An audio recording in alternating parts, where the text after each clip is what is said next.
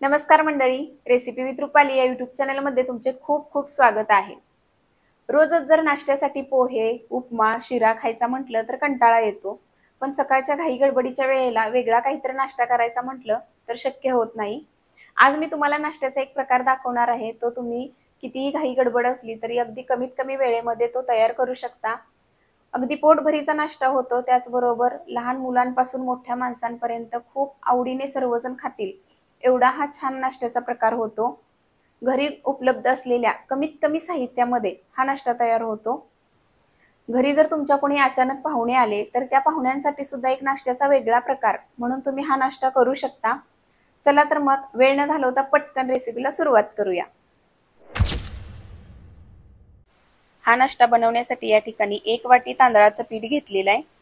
एका वाटीपेक्षा थोडासा कमी रवा घ्यायचा, बारीक मोठा कोणता असेल तो घेऊ शकता। 2 चमचे तेल घ्यायचं, अर्धी वाटी दही घ्यायचं। या ठिकाणी आलं आणि लसूण घेतलेलं आहे।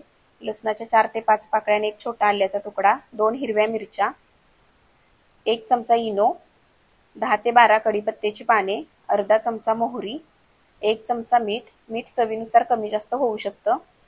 सुरुवातीला एका मिक्सरच्या भांड्यामध्ये तांदळाचं पीठ घ्यायचं, त्यामध्येच 1 वाटी रवा घ्यायचा। या ठिकाणी एका वाटीला थोडासा मी कमी घेतलेला आहे। अर्धी वाटी दही घ्यायचं, दही थोडंसं आंबट असावं।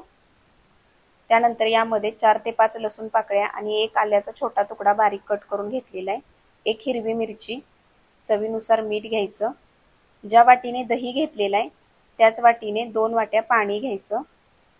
या ठिकाणी पाणी आपण लागेल तसं घेणार आहोत। सुरुवातीला हे मिक्स करून घ्यायचं, जर वाटलं तर यामध्ये अजून थोडंसं पाणी ऍड करायचं। हे मिश्रण जास्त पातळ नाही किंवा जास्त घट्टही नाही करायचं। अजून थोडी पाण्याची गरज वाटते, यासाठी मी अजून 1 वाटी पाणी घेतलेलं आहे। आता हे मिक्सरला फिरवून घ्यायचं।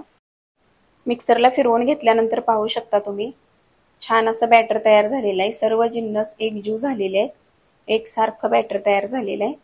यामध्ये जर तुम्ही मोठा रवा वापरला असेल तर पाणी थोडंसं जास्ती लागू शकतं, अंदाज घेत घेतच पाणी ऍड करायचं। यामध्ये तयार झालेलं बॅटर आता एका बाउलमध्ये काढून घ्यायचं।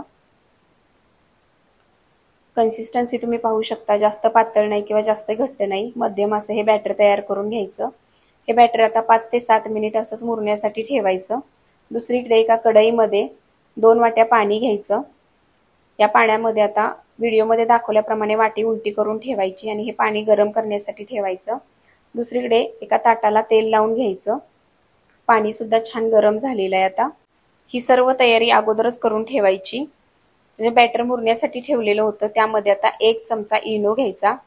इनो ऍक्टिव्ह होण्यासाठी त्यामध्ये 1 चमचा पाणी घ्यायचं। इथून पुढची प्रोसेस आहे ती खूप पटपट करावी लागते। जोपर्यंत इनो ऍक्टिव्ह आहे तोपर्यंत त्याला उष्णता मिळणं खूप गरजेचं आहे। हे व्यवस्थित मिक्स करून घ्यायचं आणि तेल लावलेल्या ताटामध्ये हे बॅटर ओतायचं। यावरती जर तुम्हाला आवडत असेल तर चिमूटभर लाल मिरची पावडर वरून टाकली तरी सुद्धा चालेल, दिसायलाही छान दिसतं आणि चवीला सुद्धा छान लागतं। आता हे ताट लगेचच ज्या कढईमध्ये पाणी गरम करण्यासाठी ठेवलेलं आहे त्यामध्ये ठेवायचं। जर तुमच्याकडे स्टँड असेल तर वाटीच्या ऐवजी तुम्ही स्टँड ठेवलं तरी सुद्धा चालेल। झाकण लावायचं आणि 12 ते 15 मिनिट मध्यम आचेवरती याला वाफ द्यायची। 12 ते 15 मिनिटांनंतर तुम्ही पाहू शकता छान असा नाश्ता तयार झालेला आहे। टूथपिकच्या साहाय्याने तुम्ही चेक करून पाहू शकता। मधोमध टूथपिक घालायची, टूथपिक एकदम क्लीन येते, म्हणजे हे व्यवस्थित शिजलेलं आहे। पूर्ण थंड होऊ द्यायचं। पूर्ण थंड झाल्यानंतर तुम्हाला हव्या त्या आकारामध्ये हे कट करून घेऊ शकता। मी या ठिकाणी मोठ्या त्रिकोणी आकारामध्ये कट करून घेतलेला आहे। ज्या पद्धतीने पिझ्झा असतो सेम त्या आकारामध्ये मी कट करून घेतलेला आहे। अशा आकारामध्ये कट केल्यामुळे मुलांना सुद्धा खायला छान वाटतं आणि एक थोडासा वेगळा आकार पाहिल्यानंतर मुलांना काहीतरी वेगळं वाटतं। कट करत असतानाच तुमच्या लक्षात येत असेल किती मऊ लुसलुशीत हा नाश्ता तयार झालेला आहे। एक पीस तुम्हाला मी काढून दाखवते, पाहू शकता एकदम जाळीदार मऊ लुसलुशीत असा हा नाश्ता तयार झालेला आहे। लहान मुले काय मोठी माणसे सुद्धा कधी संपवतील तुमच्या लक्षात सुद्धा येणार नाही। तुम्ही सुद्धा असा मऊ लुसलुशीत जाळीदार चवीला 1 नंबर लागणारा नाश्ता नक्की एकदा करून पहा। यावरती आता तडका द्यायचा आहे। तडका देण्यासाठी एका पॅन मध्ये 2 चमचे तेल गरम करायचं, त्यामध्ये अर्धा चमचा मोहरी टाकायची। मोहरी छान तडतडली की हिरवी मिरची लांब कट करून घेतलेली आहे ती टाकायची। त्यामध्ये 10 ते 12 कढीपत्त्याची पाने टाकायची।